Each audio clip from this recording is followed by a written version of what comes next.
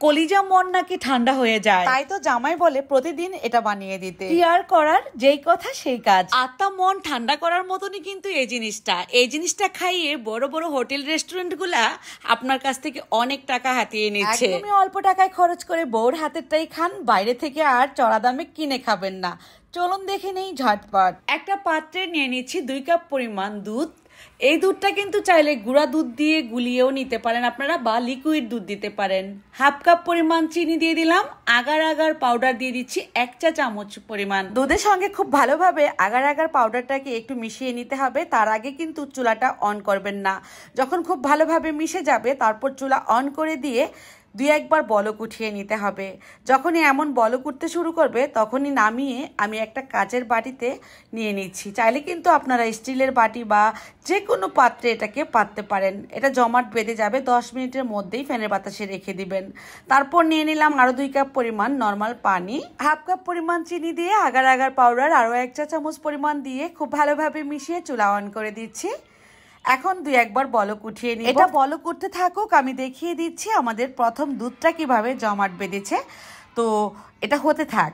এই যে 10 মিনিটের মধ্যে ফ্যানের বাতাসে রেখে দিলে সুন্দর জমাট বেঁধে যাবে। তারপর একটা নাইফের সাহায্যে আপনার পছন্দ মতো করে নেবেন। আমি কিউব করে নিচ্ছি। এই তো দেখেন কত সুন্দর হয়েছে। বাকি যে দুধটা ছিল সেটা একটা স্টিলের থালির মধ্যে আমি পেতেছিলাম পাতলা করে। এখন আমি ঠিক এভাবে করে নুডলসের মতো করে নিচ্ছি। দেখতে কিন্তু মনে হবে যে আপনি ডাবের যে শ্বাসটা থাকে ভেতরে সেটার মতো। যেহেতু আমরা একটা আত্মা মন কলিজা ঠান্ডা করার মতো পুডিং তৈরি করব, সেক্ষেত্রে কিন্তু আপনি এভাবে করে তৈরি করে নিতে পারেন।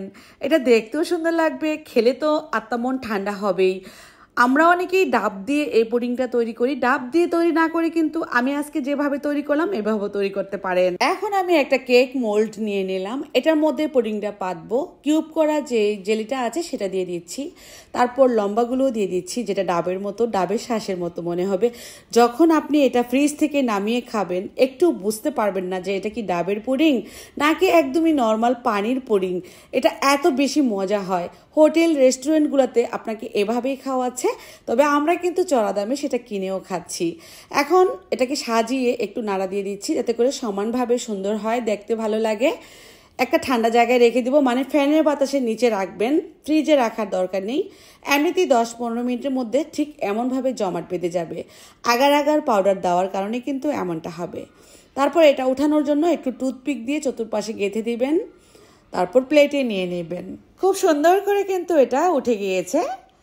এই তো এত সুন্দর একটা পুডিং যদি নিজের হাতেই ঘরে তৈরি করতে পারেন তাহলে আর হাজার হাজার টাকা নষ্ট করে আপনারা বাফেটে গিয়ে বা বড় বড় হোটেল রেস্টুরেন্টে গিয়ে খাবেন কেন? চড়া দাম দিয়ে কিনে কিনে ঘরের বউয়ের হাতেরটাই খাবেন, আরো বেশি মজা পাবেন। সেজন্যই তো আমার জামাই বলে রোজ বানিয়ে দিতে। আসছে গরমে আত্মা মন ঠান্ডা করার জন্য এই পুডিংটা বানিয়ে নেবেন। কেমন লাগলো রেসিপি কমেন্টে লিখে জানাবেন। সবাই অনেক বেশি ভালো থাকবেন, সুস্থ থাকবেন। আবারও দেখা হবে নতুন রেসিপিতে। সেই পর্যন্ত আল্লাহ হাফেজ।